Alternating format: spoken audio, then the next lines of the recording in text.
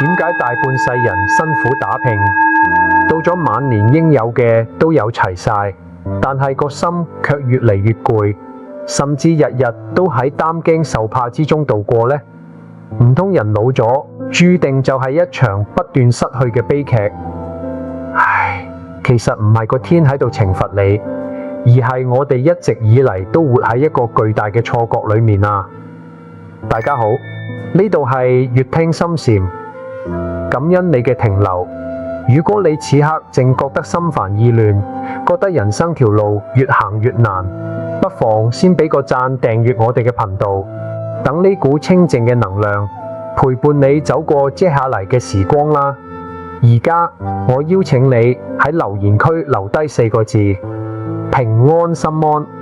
當你打出呢4個字嘅時候，試下深呼吸一下，將你心入面嘅重擔暫時放低。我哋嘅修心之旅而家開始啦。好多長輩經常問我，點解人越老煩惱反而越多嘅呢？後生嗰陣煩惱通常係用錢可以解決嘅，或者忙下就唔記得咗。但係到咗晚年，煩惱全部都變成咗心病，擔心自己嘅身體一日一日咁衰老，操心仔女嘅婚姻同前途，對住空了了嘅屋企覺得無比嘅孤獨，甚至乎對未來嘅未知充滿住一種講唔出口嘅恐懼。其實啊，早喺2000幾年前，佛陀就已經將呢把解開人生死結嘅鎖匙交咗俾我哋，嗰個就係心經。好多人以為心經只係一段用嚟保平安嘅文字，又或者係廟入面念誦嘅儀軌，咁就真係太可惜啦。心經短短260個字，卻係佛陀窮盡一生，用咗足足22年時間，為我哋人類做嘅一場潛意識嘅開顱手術。佢唔係教你迷信，而係用最高維度嘅宇宙規律嚟治癒我哋千瘡百孔嘅內心。今日我哋就一齊揭開生活嗰陣華麗，但係沉重嘅外衣，深度傾下。心經入面最神奇係3句話，你只要悟透咗，我夠膽講你下半生嘅煩惱即刻就會走晒，豁然開朗啊！第一句，色不異空，空不異色。呢句話聽落好似好玄妙，其實佢解開嘅係我哋晚年最大嘅一個情感死結，嗰個就係對擁有嘅執着。我哋先嚟搞清楚乜嘢叫做空。好多人一聽到空就覺得係消極，係乜都冇晒，人生冇意義啦。唉，呢個完全係誤解嚟㗎。金剛經入面講，一切有為法，如夢幻泡影，如露亦如電。佛陀講嘅空，唔係指呢個世界唔存在，唔係話你間屋、你嗰啲存款、你嘅親人係假嘅，而係話呢一切都冇一個固定不變嘅實體。佢哋隨時都喺度發生無常嘅轉變。我同大家講一個我親眼見過嘅真實經歷啦。我識得一位梅姨，佢大半世人可以話係為咗個仔傾盡所有。當年為咗送個仔出國讀書定居，佢同先生慳食儉用，連件靚少少嘅新衫都唔捨得買。後來個仔成家立業啦，梅姨個老伴又走咗。佢滿心歡喜咁搬去同個仔一齊住，以為終於可以享清福3代同堂啦。但係呢，唔夠半年，梅姨就患上咗重度嘅抑鬱。點解啊？因為佢發現個仔變咗，個仔有住咗自己嘅小家庭，有咗獨立嘅思維方式，新抱對佢亦都只係客客氣氣咁保持住距離。梅姨日日喺嗰間大屋入面睇住個仔一家3口融融洽洽，自己就反而似個外人。佢稍微講多2句關於孫仔嘅教育問題，個仔就會用好唔耐煩嘅語氣叫佢唔好理。梅姨崩潰啦，佢經常一個人匿喺房入面，偷偷地流眼淚，心入面翻江倒海，咁諗：我為咗你付出咗我嘅一世人，我嘅青春，我嘅金錢，我所有嘅心血都俾晒你，你而家點可以咁樣對我啊？你咁樣咪即係忘恩負義咯？睇住梅姨咁痛苦，我個心都好唔舒服。其實我身邊有太多好似梅姨咁嘅長輩啦，大家覺得梅姨嘅痛苦真係因為個仔唔孝順咩？唉，從心理學同埋因果律嘅角度嚟睇，梅姨真正嘅痛係因為佢犯咗人生最大嘅一個認知錯誤，嗰個就係將暫時嘅緣分當成咗永恆嘅佔有。大家試下諗下，仔女借由我哋嘅身體嚟到呢個世界，但係佢哋並不屬於我哋所謂嘅色，就係你對眼睇得到嘅親情、財富、地位，呢啲通通都係色，而佢哋嘅本質都係空，亦即係因緣和合而生，緣分盡咗，自然就會散去。我哋成日以為我生你出嚟養大你，你就應該永遠聽我話，永遠陪住我。呢個就係將五蘊當真啦，將一種流動嘅生命體驗變成咗一場等價交換嘅投資。華嚴經入面有一句話講得好，心如工畫師，能畫諸世間。梅姨眼中嗰個冷漠嘅仔，其實係佢自己內心極度渴望被關注、極度恐懼被拋棄嘅投射。佢越係想揸緊個仔，就越覺得窒息，越想逃避。當我哋明白咗色不異空，空不異色，你就會突然之間驚醒，原來衰老同失去根本唔係個天對我哋嘅懲罰，而係宇宙喺度幫你減負啊！你諗下，後生嗰陣我哋要擔起家庭嘅責任，嗰陣時係做家法，而家年紀大啦，仔女行遠咗，呢個正正係上天俾咗你一個最佳嘅契機，等你將嗰啲唔屬於你嘅重擔全部放低，等你重新揾返自己，為你自己好好咁活一次。你以為你失去咗仔女嘅依賴，其實你係掙脫咗親情嘅枷鎖，喺孤獨之中依然可以自得其樂，可以靜下心嚟飲杯茶，賞一朵花開，呢個先至係晚年最頂級嘅福報。所以啊，唔好再去埋怨個天，亦都唔好再去指責仔女。當你將呢層佔有欲睇破咗，將心入面嗰個我執放低咗，嗰啲令你晚晚瞓唔着嘅委屈同不甘，自然就會煙消雲散噶啦。咁就引出咗我哋要講嘅《心經》入面嘅第二句，亦都係最能夠斬斷我哋精神內耗嘅一句話：心無掛礙，無有恐怖。各位朋友，你試下諗下，我哋呢一生人到底喺度驚啲乜嘢？我哋驚病，驚嗰啲積蓄唔夠使驚；另一半走喺自己前面，更驚啲仔女喺出面蝕底受苦。我哋日日個心就好似俾一條條無形嘅線吊喺半空之中，七上八落咁。所有呢啲恐懼，呢啲恐怖，歸根究底都係來源於兩個字：掛礙。掛礙係乜嘢啊？掛礙就係你心入面嘅控制欲，係你對未知事物嗰種深深嘅擔憂。講到呢度，我想請大家喺留言區打出呢8個字：放下執念，順其自然。將你心入面最放唔低、最糾結嘅嗰個人或者嗰件事，跟住呢8個字當成一個儀式，由你嘅心底徹底搬走佢。當你願意打出呢句話嘅時候，你嘅心量就已經開始擴大緊㗎啦。我哋喺生活入面總是習慣性咁去替人哋操心。我識得一位叔公，今年就嚟70啦，本來身體都算硬淨，但係佢日日都喺度為嗰啲根本冇發生過嘅事去煩佢。睇新聞話某種病高發，佢就日日摸住自己個肚，懷疑自己都患上咗絕症。佢見到個女喺公司開工開得晏，佢就腦補出個女俾老闆蝦，隨時會失業嘅淒慘畫面。佢日日喺屋企長嗟短嘆，甚至乎打電話去教已經40歲嘅女應該點樣同同事相處，點樣討好上司。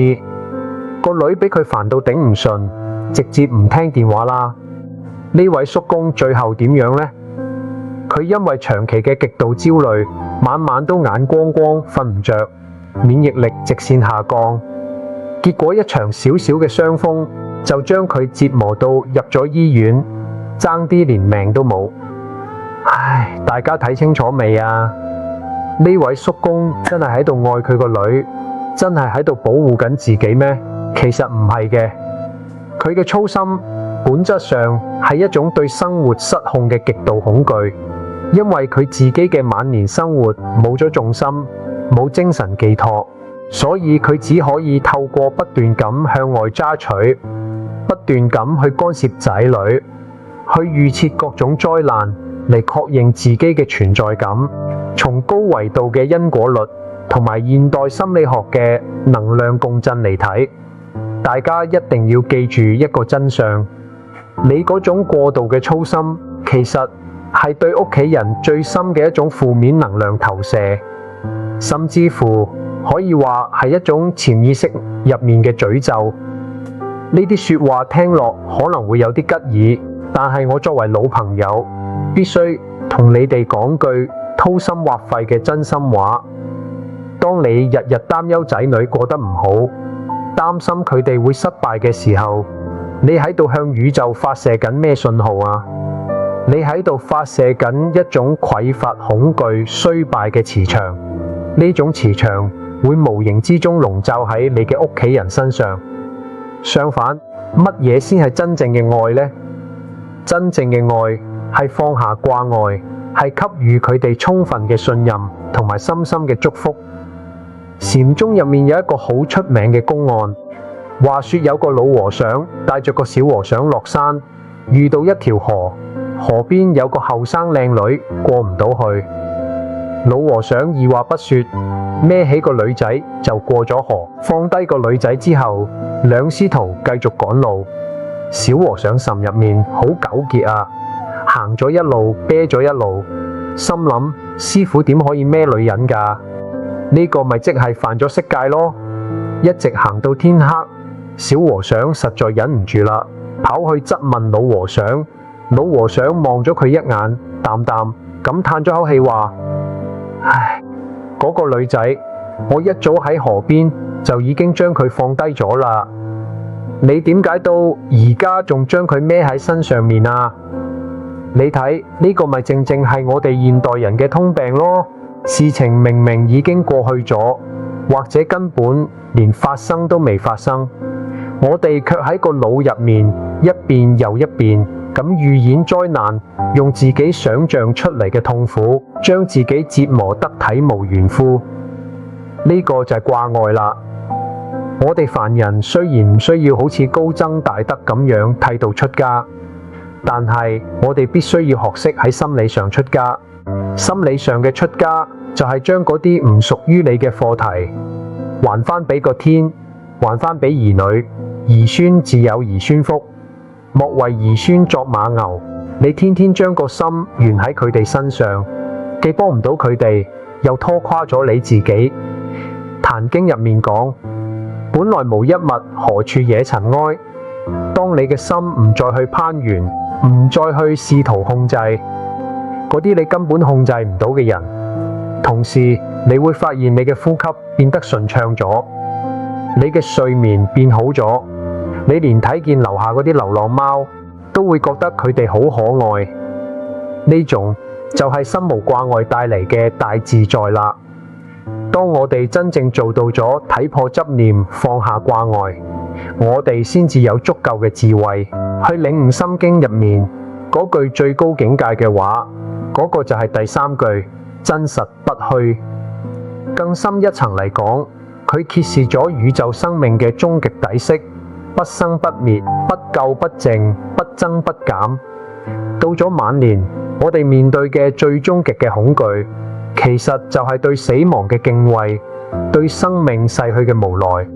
望住塊鏡入面越嚟越多嘅白頭髮，感受住手腳，唔再好似以前咁靈活。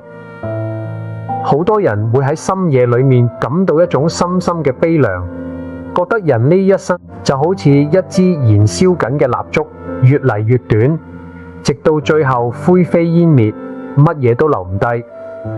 呢種對線性時間終結嘅恐懼，剝奪咗我哋當下所有嘅快樂。但係佛陀喺呢幾個字入面，卻徹底打破咗我哋對生死嘅合騰認知。所謂嘅不增不減、不生不滅，到底係咩意思呢？我同大家分享一個我非常敬佩嘅歷史人物蘇東坡嘅故事。蘇東坡呢，大半世人幾乎都係喺被貶謫嘅路上度過，到咗晚年更只係被流放，去到當時被視為蠻荒之地嘅海南儋州。喺嗰個年代去咗嗰種地方，基本就等於宣判咗死刑。外人睇嚟，佢嘅命運簡直係衰到貼地，凄慘到極點。但係蘇東坡係點樣做嘅呢？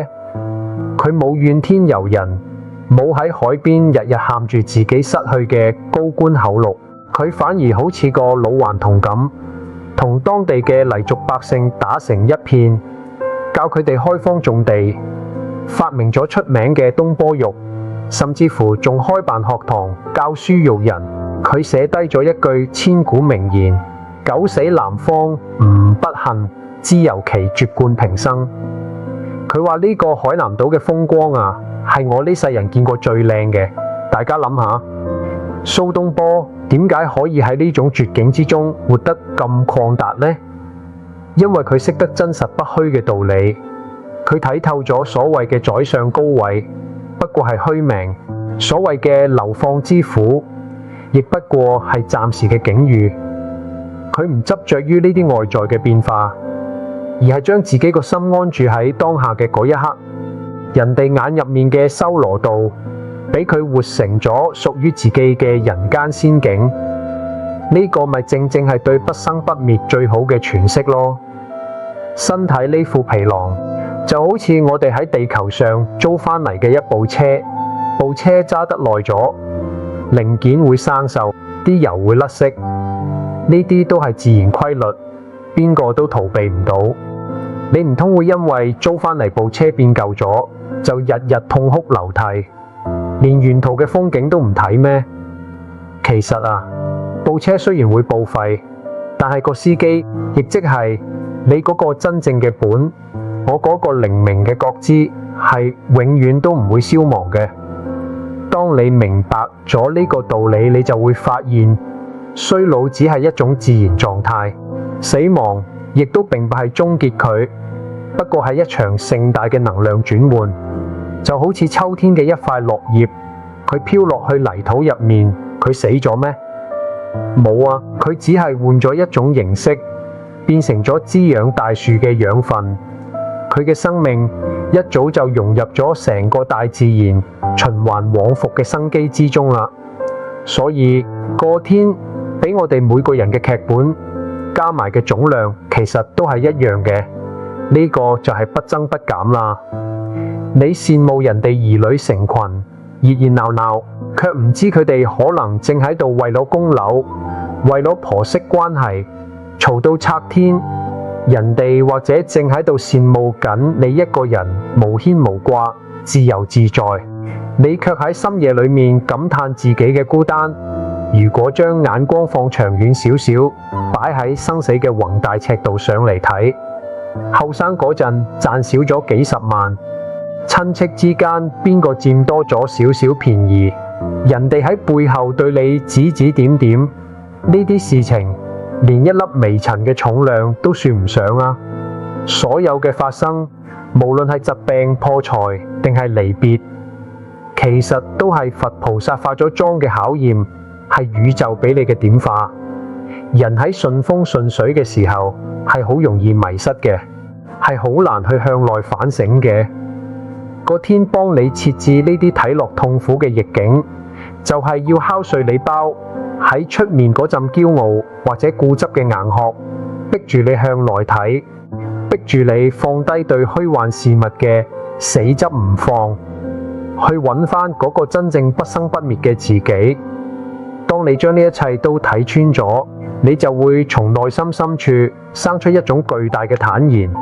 你會真正接納嗰個天俾你安排嘅所有劇本，順境又好，逆境都罷，你都可以平靜咁講一句，一切都係最好嘅安排。講到呢度，我想我哋都已經明白，心經唔係要你去過嗰種青燈古佛、枯木死灰嘅生活，佢恰恰係教我哋喺紅塵呢度最難嘅道場入面，點樣修出一顆如如不動嘅心。